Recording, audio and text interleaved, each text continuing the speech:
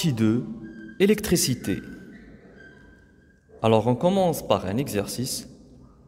Complétez le tableau suivant. Vous avez l'intensité électrique, la tension électrique et la résistance électrique. On vous demande le symbole, l'unité internationale, le symbole de l'unité et l'appareil de mesure. Pour l'intensité électrique, son symbole est I. Son unité internationale est l'ampère. Le symbole de l'unité est A. Ainsi que l'appareil de mesure, c'est l'ampèremètre. Pour la tension, son symbole est U. Son unité internationale est le volt. Le symbole de l'unité est V. L'appareil de mesure est le voltmètre. Pour la résistance électrique, son symbole est R majuscule. Unité internationale, l'ohm. Symbole de l'unité, oméga. C'est une lettre grecque. Et l'appareil de mesure, c'est l'ohmmètre.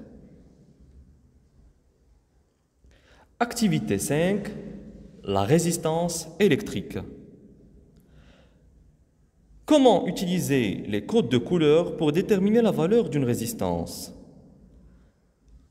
Le code de couleur est le suivant. Chaque couleur correspond à un chiffre.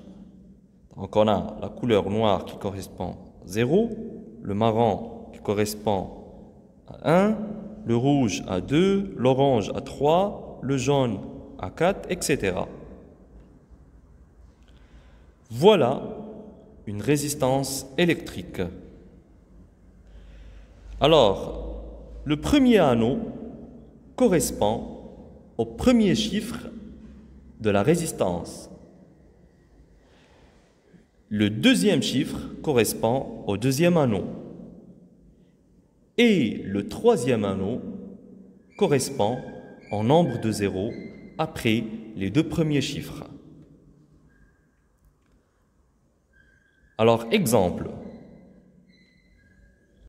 Alors, déterminons la valeur de la résistance de ce conducteur ohmique.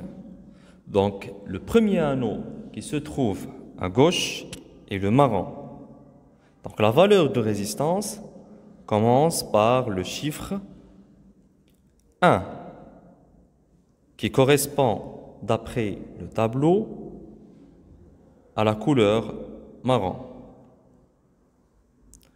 Le deuxième chiffre, c'est le 0, car la couleur du deuxième anneau est le noir.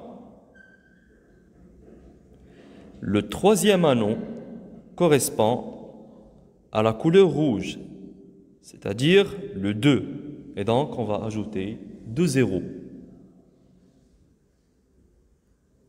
Donc, la valeur de la résistance est 1000 ohms, c'est-à-dire 1 kiloohm. Déterminez la résistance de chaque conducteur ohmique ci-dessous. Donc, vous avez le premier conducteur ohmique de résistance R1. Donc, la première couleur, ou bien la couleur du premier anneau, c'est le rouge. Donc, on va mettre 2. Le noir correspond à 0 et l'orange à 3. Donc, on va ajouter 3 zéros. Donc, c'est 20 ohms, ce qui vaut 20 kiloohms. Le deuxième anneau commence par la couleur grise, donc 8, puis le vert 5, puis le noir 0, c'est-à-dire on n'ajoutera aucun zéro, et donc c'est 85 ohms.